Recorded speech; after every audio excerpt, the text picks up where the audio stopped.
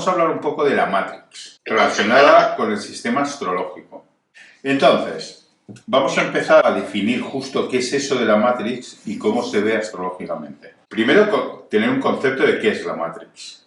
La Matrix la vamos a entender como dos cosas. Primero, como un tipo de sistema, es un nuevo concepto, ¿no? La palabra Matrix.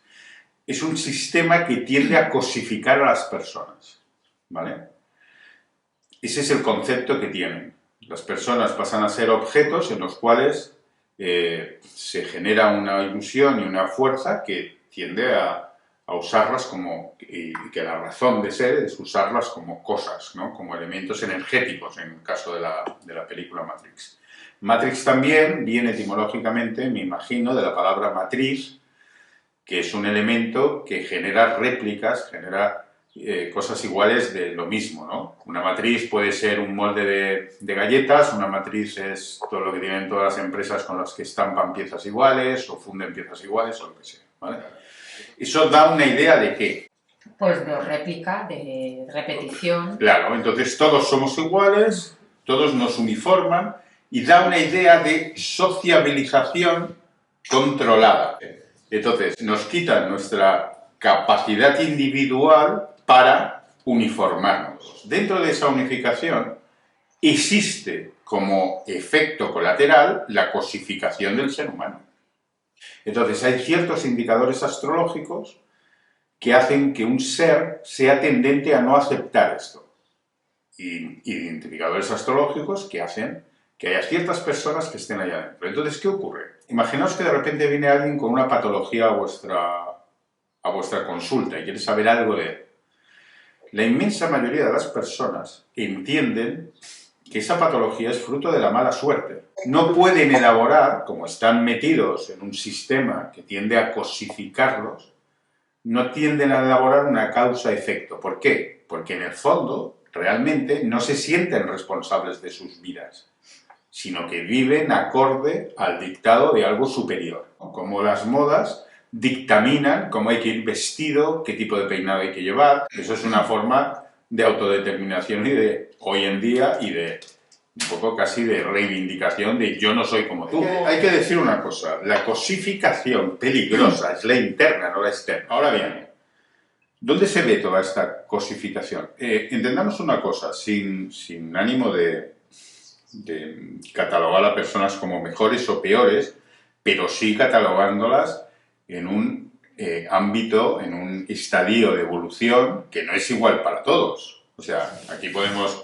decir que todos son muy majos, que todos son muy buenos y todo lo que queráis. Pero no todo el mundo está en el mismo nivel de evolución, obviamente. Entonces, ¿por qué unos sujetos deciden ser libres y hacer lo que les da la gana y vivir como les da la gana dentro, obviamente, de sus posibilidades? Unos pueden más, otros pueden menos, dependiendo de su grado de esfuerzo, de su grado de conciencia, de distintos factores, ¿vale? No vamos a meternos ahí. Pero hay sujetos que viven en el sistema aparte del sistema, sin entrar en el sistema, y el resto, que es una gran mayoría, vive cosificado. Si tú estás adepto a un sistema que marca cómo tienes que vivir, qué tienes que consumir, cómo es tu vida, estás cosificado. Eres una pieza, un engranaje de una maquinaria mayor fácilmente sustituible. Partamos de esta base. Vale, pues van a llegar a vuestra consulta astrológica personas movidas por la curiosidad del sistema astrológico que van a estar metidas en esta cosificación, que son una parte activa de ese sistema que tiende a cosificar o tiende a deshumanizar al humano. Vale, ahora, ¿qué indicadores astrológicos se os ocurre que marcan la diferencia? Estamos hablando de que hay indicadores dentro de una carta que hablan, por decirlo de alguna forma, de ese ir en contra de la Matrix o ir a favor de esa Matrix, ¿vale? Puede ser Urano, Quiero como que planeta. Vale, ese es el personaje. Muy bien, ya nos estamos acercando. Los planetas son los personajes. Los signos son el argumento de la obra.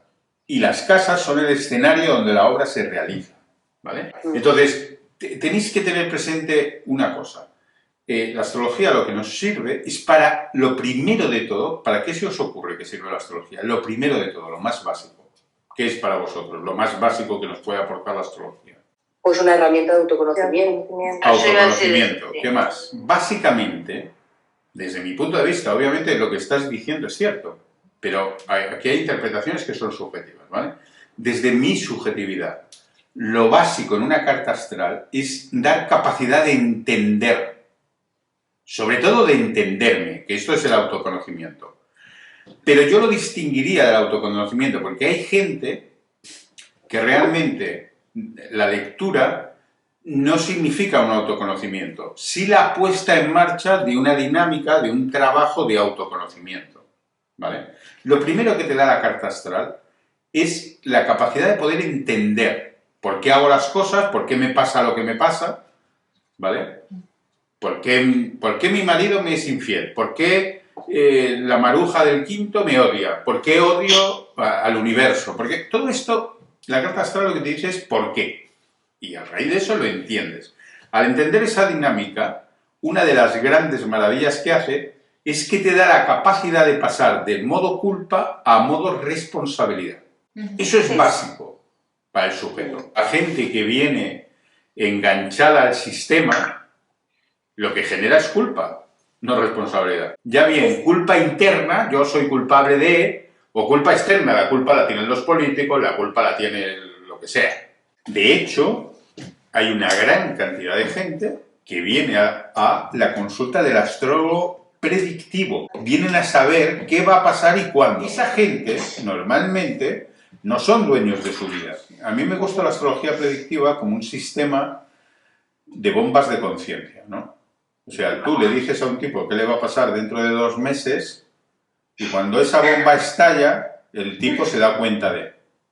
Y la enlazas, obviamente, a una dinámica psicológica suya, ¿no? O sea, hay ciertos caminos que nos llevan a ciertos destinos. Eso es la astrología horaria o la astrología predictiva. Identificar por qué camino voy y a dónde me lleva. Que no es algo mágico, es algo absolutamente natural. A un individuo se le predice más si es inconsciente. Cuanto más inconsciente es un ser, más fácil es predecir qué va a ser de ese ser, ¿no? Un buen veterinario observa a su gato durante un día y puede predecir muchas cosas del gato. ¿Por qué? Porque el gato no tiene voluntad. ¿El gato qué quiere? Estar protegido, que le den de comer, que le acaricien cuando tiene ganas y cuando no tienen ganas que le deje a su bola, ya está. O sea, es eso, no hay un plan, ¿no? El gato no quiere hacerse un fondo de inversión para cuando tenga gatitos, o sea, toda esta locura paranoica que tenemos los humanos. El gato no la tiene. Entonces es muy fácil de predecir la vida de un ser sin conciencia. La cosa se complica cuando el individuo tiene conciencia. Cuanta más conciencia tiene, más difícil es predecir nada. Porque el tipo toma las riendas de su vida. Entonces tendrías que meterte en lo más profundo de su alma para... Y eso la astrología ni ninguna otra ciencia lo va a hacer. ¿Por qué? Porque el alma de un individuo consciente va cambiando de matices cada vez que inspira. Cada vez que inspira y expira va cambiando de matices. Si es muy consciente. Cuanto más consciente, porque consciente es consciente de todo, del entorno, de las cosas que ocurren, entonces eso va haciendo que cambies constantemente, estás en constante cambio. Entonces, claro, alguien que está muy en el presente, es imposible que se proyecte al futuro. Con lo cual, ¿qué futuro le vas a acercar? Si su futuro va cambiando con cada presente. ¿Entendéis? Bien, dicho esto, encontrar esos aspectos que nos hacen distintos es fundamental. Y es fundamental por varias razones. Una de ellas, y esta es muy importante, la gente cree que no tiene posibilidades, que no tiene expectativas realmente, que tiene que hacer lo que tiene que hacer. Esta frase, de hecho, la habréis oído muchas veces. Yo tengo que hacer lo que tengo que hacer. Es como que no tenemos voluntad propia, como que no tenemos libre albedrío, como que me cago en todo lo que tiene que ser tomar las riendas de mi vida. ¿Por qué? Porque tengo que hacer lo que tengo que hacer. ¿Y qué es eso que tengo que hacer? Eso que tengo que hacer es lo que ha dictado la Matrix. La Matrix de sus padres, la Matrix del sistema social, de la educación o de lo que carajo sea. O un poco de todo. O sea, la Matrix son los anuncios también. Cada vez que a mí me bombardean una y otra vez con un eslogan, con un tal, con un no sé qué, pues hostia, estoy metido ahí. Entonces, los cientos de miles de millones de litros que vende Coca-Cola cada año son una muestra ineludible de que estamos en la Matrix, ¿no? Y nos hacen objetos pasivos de nuestra vida. Exactamente, eso es. Objeto, no solo, antes cuando hablábamos de la cosificación, no solo es que nos cosifiquen, es que encima nos generan una dinámica de pasividad, de la que solo salimos para cumplir con el mandato laboral. Entonces, fijaos una cosa, eso lo podemos ver más fácilmente en las dinámicas internacionales, en cuanto a los países, ¿no? Y no nos vamos a meter en política hoy. Pero visteis, cuando un país se sale de la matriz internacional, inmediatamente es un peligro, ¿vale? En Bolivia abrió un restaurante famoso por multiplicar gordos y adictos en este planeta, que era McDonald's. Y los bolivianos decidieron no entrar al McDonald's, pero no decidieron no entrar por un mandato de nadie, sino ellos, por su propia voluntad, decidieron que al McDonald's no iban, que preferían pues, las fajitas, la comida tradicional de siempre. O las frutas. Decidieron que estaban más ricas las arepas, los tamales y todas estas cosas que las hamburguesas del McDonald's. Entonces el McDonald's no pudo entrar por la boca de los bolivianos. McDonald's tuvo que cerrar y hoy por hoy Bolivia es el único país fuera de la matriz McDonald's. Imaginaos cómo asociamos algo que realmente nos esclaviza como símbolo de modernidad, de libertad y de libre albedrío, cuando realmente nos están esclavizando, ¿no? Entonces, volvamos a la carta. ¿Qué símbolos astrológicos tienen que ver con eso? ¿Vale? ¿Acuario y Urano? Acuario y Urano, dice. Acuario es el friki del zodiaco. Es la energía que nosotros, todos los humanos, utilizamos para romper el sistema. ¿Qué es romper el sistema? Es cargarme todas las tradiciones que ya no son útiles, que no sirven.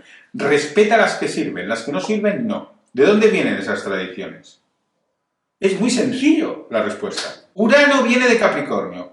Si Urano es el que rompe el sistema y viene de Capricornio, ¿dónde está el sistema? En Capricornio. En Capricornio. Saturno, Capricornio, la casa 10 es el sistema. Cualquier tipo de sistema social, cualquier tipo de organización social es Saturno. Aquí ya tenemos una primera pista. Toda la gente que tenga mucha energía en el eje Capricornio-Cáncer va a ser más proclive a tener una inmersión en el sistema. Todas las personas que tienen Saturno y la Luna muy comprometidas con otros contactos, muy comprometidas, tienen una tendencia a meterse más de lleno en el sistema. De hecho, se hacen policías del sistema. Ahora bien, si en este mare magnum, imaginaos que yo tengo muchas cosas en Capricornio, ¿vale? Pero tengo una cuadratura con Urano, aquí ya me voy a plantear el sistema y lo voy a romper. ¿Por qué? Porque lo vivo muy de lleno, suelen ser personas que durante una primera etapa de la vida están muy metidas en el sistema, son muy tal, y de repente rompen con todo, ¿vale? Ese es mi caso, por ejemplo. Yo tengo a Saturno en la casa 2, tengo un Saturno bastante potente, en Acuario tengo un Saturno bastante potente, pero es muy ambiguo, ¿no? Es un Saturno que de repente me quiere meter en el sistema, que de repente quiere que yo sea tal, y entonces, ¿qué pasa? Me hago empresario y soy más del sistema que el sistema mismo. Llega un momento en que despierto y digo, todo al carajo. Pero va viniendo de vez en cuando, ¿no? Van viniendo ofertas. Ahora, sin ir más lejos, me han ofrecido un trabajo para ser gerente de una empresa.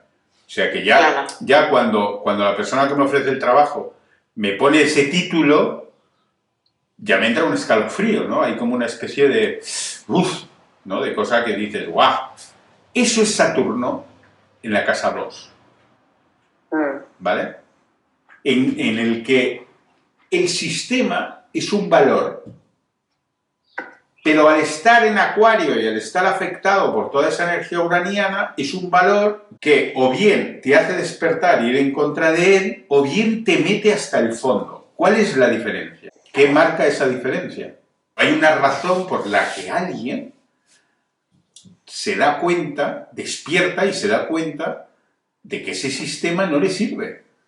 ¿Qué es eso? El factor que hace que tú despiertes es el significado. La vida deja de tener significado, deja de tener sentido. Estoy todo el día haciendo lo mismo, repitiendo lo mismo, como dice Zaida, teniendo las mismas tal, y no tiene sentido mi vida. O sea, la crisis más grande que tiene el ser humano hoy en día es la falta de significado. El sol es el significado.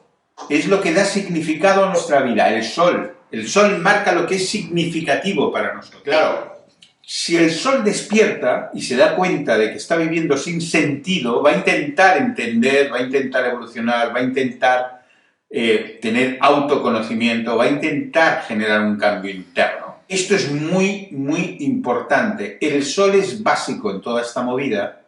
¿Por qué? Porque si yo soy capaz de conectar al individuo con lo que el sol significa, él va a ver cómo vibra por dentro y va a entender qué tipo de cosas le hacen sentir, le dan significado a su vida.